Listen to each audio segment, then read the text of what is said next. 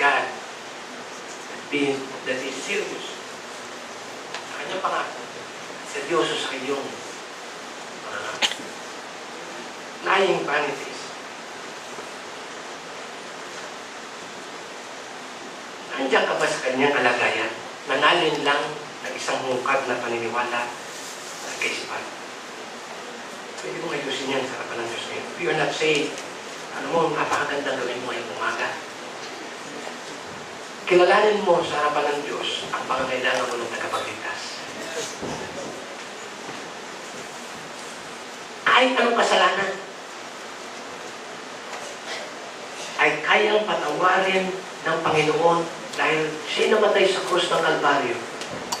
At siya'y nangako, sino man ang lalapit sa akin, hindi ko itataboy.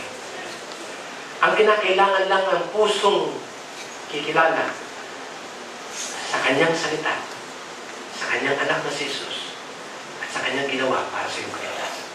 Bakit hindi ngayong umaga? Bigyan mo kami ng pagkakataon na makapagkita sa iyo mula sa salita ng Diyos ang napakagandang kaparaanan kung paano mo matatanggap ang tunay na kaligtasan mula kay Kristo. At ikaw mapapasya pagkatapos siya. Marahil nandito ka ngayon, umaga, may pinapaalala ng pangako sa iyo ang Diyos. Marahil nangako ka na kayo maglilingkod doon sa Diyos. Now you're walking contrary to what you have committed and what you have promised to God. God is giving you a chance. Bakit hindi ka sumamit sa Panginoon? Patawarin niyo. Meron pa dadating yaya sa aking buhay para masakatuparan ang pinangako ko sa inyo. Nandito ako. Gamitin niyo sa inyong kapayahan. Kung meron kang pinangako, pagtibayin mo yan ng iyong matapat na salita at sangkapan mo yan ng iyong mga gawa. Sa iyong unang-unang makikita natin mga mata. Panginoon Diyos, marami pong salamat sa mga namin.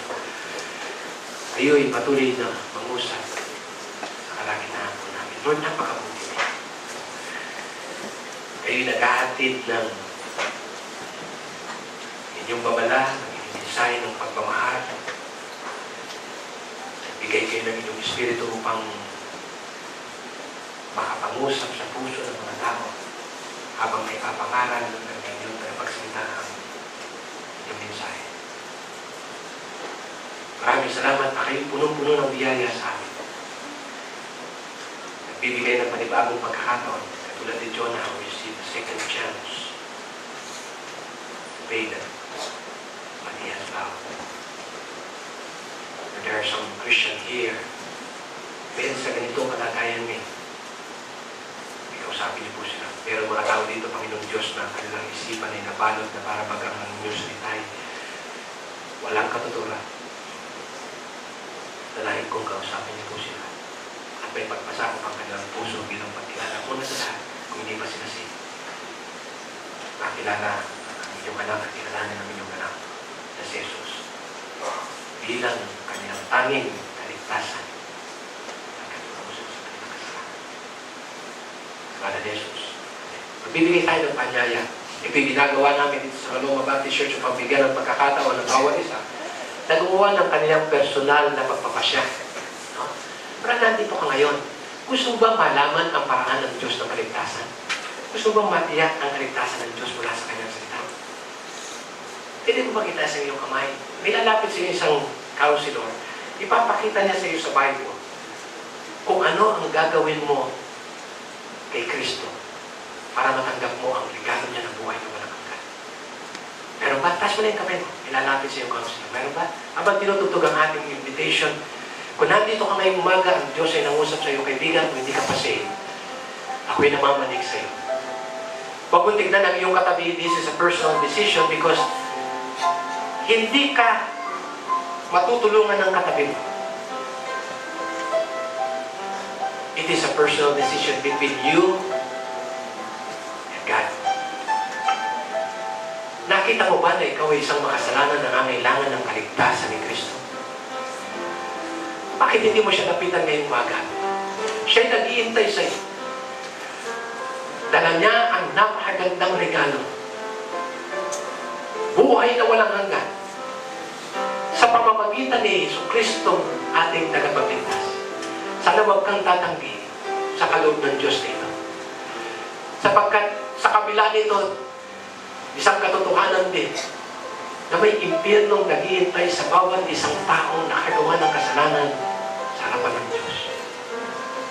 Kaibigan, sana huwag kang lalabas sa lugar na ito na hindi mo natanggap ang kaligtasan ni Kristo. Mamanin ko sa'yo. Meron ba sa ating kalagitnaan? Taas mo lang yung kamay mo. Meron po tayong mga counselor dito. Ipapakita niya sa iyo sa Bible. Ano ang gagawin mo kay Kristo upang matanggap mo ang kanyang kaligtasan? Meron ba? Come on, huwag ka maiyak. You just raise your hand. You just raise your hands. It is para bang mahirap, but let the Holy Spirit, allow the Holy Spirit to show before you anong gagawin mo para kay Kristo. Meron ba? Come on. Huwag ka maiyak. Meron ba sa ating kalagitnaan dito sa gitna? Meron ba? Sa aming mga panauhin. Doon sa likod, meron ba? Dito sa gawing kanan, meron ba? Meron ba? Taas mo na yung kamay mo. Dito naman sa ating mga Kristiyano, anong pinag-usap sa iyo ng Panginoon? Maybe may pangako kang binanggit sa Diyos. Meron kang bagay na napitawan sa kanyang harapan. At sinabi mo, Panginoon, gagawin ko po ito. I-deliver you and you experience the deliverance of God. Pero ngayon, parang nangihina kang gawin mga bagay na hindi ka. Huwag natin hintayin na tayo singilin ng Diyos sa ating mga God is giving us a chance. If God has spoken to you this morning, bakit di ka lumapit din sa harapan? Manalangin dito. Pero ba? Come on. Bibigay ko itong pulpito mamaya doon sa pastor. Kay Pastor Amir. Tutuloy niya yung invitation. Pero alam niyo mga kapatid, itong mga to, magawa sila ng decision. Experience na tanggap nila ang kaligtasan ni Kristo. Meron na silang ginagawang personal na pagpapasya sa kanilang buhay.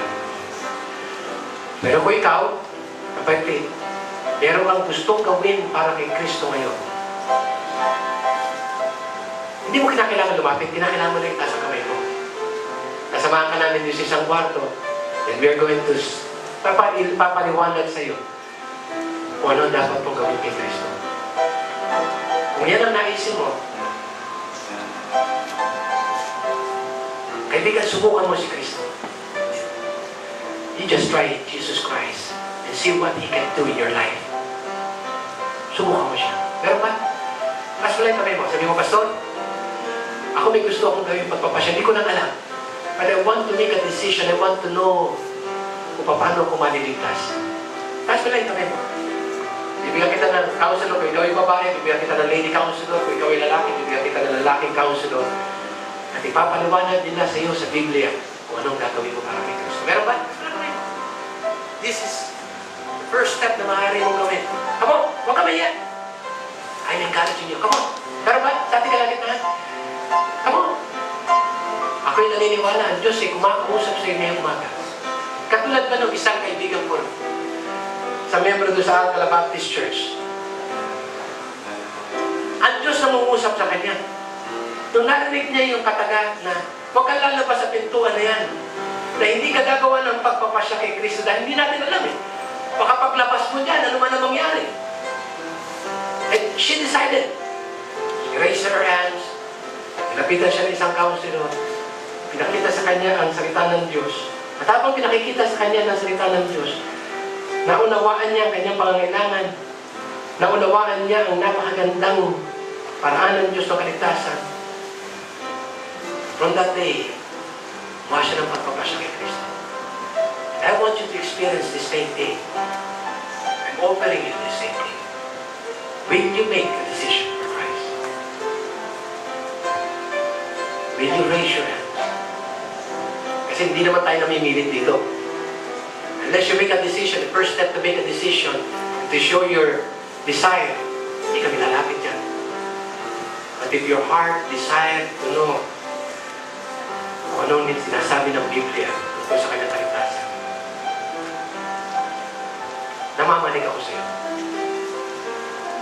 Ang banal na Espiritu namamanig din sa iyo. Si Kristo'y namamanig din sa iyo. But you need to make a decision first. I hope you will do this. Meron ba sa ating kalagitnaan? How about you? Diyan sa likod. How about you, lady? Tawagin ko si Pastor Ramil. Punta ako sa kabila.